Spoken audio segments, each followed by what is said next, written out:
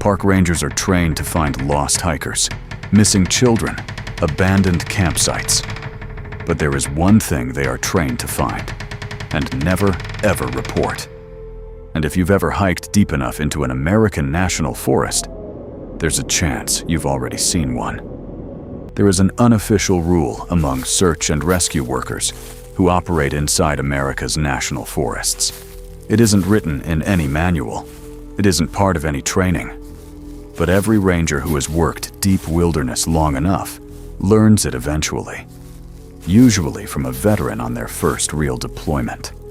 The rule is this: if you find a staircase standing alone in the forest, you walk around it.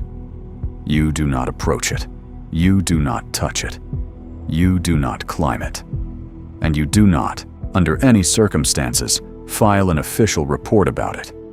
No one will tell you why. They'll just look at you, and you'll understand from their eyes alone that this is not a rule you break. My name is irrelevant. What matters is that I spent 11 years as a search and rescue coordinator in 3 different national forests across the Pacific Northwest. And in those 11 years, I found 8 staircases. The first time I found one, I was 26 years old, 3 months into the job. We were searching for a missing teenager who had wandered from a campsite in the Gifford-Pinchot National Forest in Washington State. I'd split from my partner to cover a wider grid. It was around 4 in the afternoon, still light enough, barely. And I came through a section of old-growth Douglas fir, trees so old and so tall, the canopy blocked almost all the sky. And there it was, a staircase. Oak wood, I think, 12 steps, about 8 feet wide, banisters on both sides, slightly rotted, leading straight up into nothing. No platform at the top, no structure around it, no concrete pad beneath it. The surrounding earth was completely undisturbed. No foundation marks, no old construction debris, no road nearby. I stood there for probably 2 full minutes. Then I remembered what my supervisor had said to me on my very first day in the field, almost in passing, like it wasn't a big deal. He'd said, "If you ever find stairs out there, you go around them. That's it." I'd laughed. He hadn't. I went around them. But as I passed, I heard something from the top of the stairs. It wasn't a voice. It wasn't an animal. It was the sound of a footstep. One single footstep on a staircase that was standing completely alone in the middle of an old-growth forest, with nothing at the top. Over the years I worked search and rescue, I started keeping a private record. Not official, just my own notes. In 2004, a volunteer on a team in Oregon's Willamette National Forest reported finding a staircase on a routine missing person search. He didn't walk around it, he climbed it. He reached the top step and stopped. His partner, watching from 20 feet away, said he stood at the top for approximately 40 seconds, completely still, staring at something his partner couldn't see. Then he came back down. He didn't speak for the rest of the search. That evening, back at base camp, he was asked what he had seen at the top. He said, and his partner confirmed these exact words, he said, there was a door, and someone had already opened it from the other side.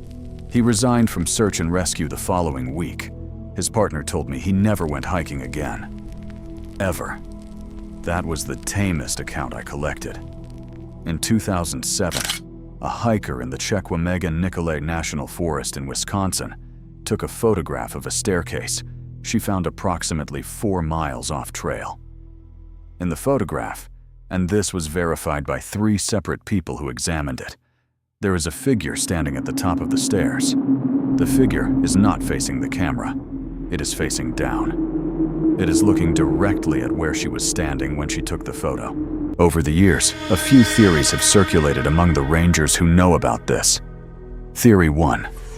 They are remnants of demolished houses, the last structural piece, standing after everything else rotted or was cleared. But this doesn't explain the complete absence of foundation marks, or the fact that several confirmed staircases have been found in forests with no logging or settlement history going back to the 1700s. Theory 2. Someone builds them deliberately. Some kind of organized group, leaving them as markers. But no construction evidence, no tool marks, no transport damage to surrounding vegetation has ever been found near any reported staircase. Theory 3, and this is the one that the veterans believe, even if they won't say it out loud, is that the stairs don't belong to this world at all.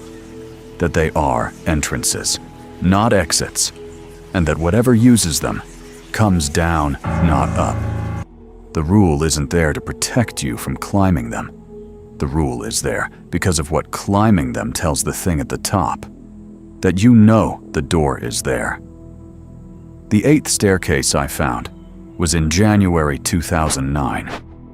Deep winter.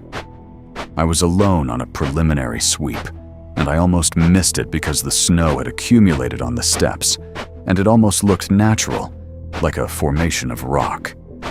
But the banisters gave it away. I stood at the base and looked up.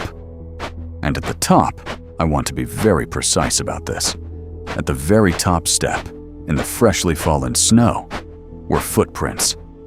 Coming down. Not going up. Coming down. Leading from the top step, down into the snow, and stopping approximately 2 feet in front of where I was standing. I am an 11-year search and rescue veteran. I have found bodies. I have worked disasters. I have been in situations most people could not comprehend. I have never, in my life, run. I ran. I filed no report. I resigned 3 months later. I have never returned to that forest. And sometimes, late at night, I wonder if the footprints that stopped 2 feet in front of me were not stopping because whatever made them had reached the bottom of the stairs, but because it had reached me. The search and rescue community on Reddit has hundreds of accounts exactly like this one. Different forests, different rangers, same stairs, same rule, same silence.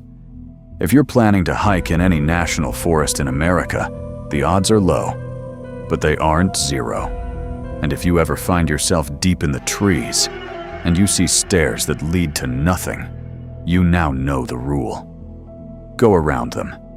Don't look at the top. And whatever you do, don't let whatever is up there know that you can see them. This has been Whisper Dread Studios. Some stories were never meant to be told. We told it anyway.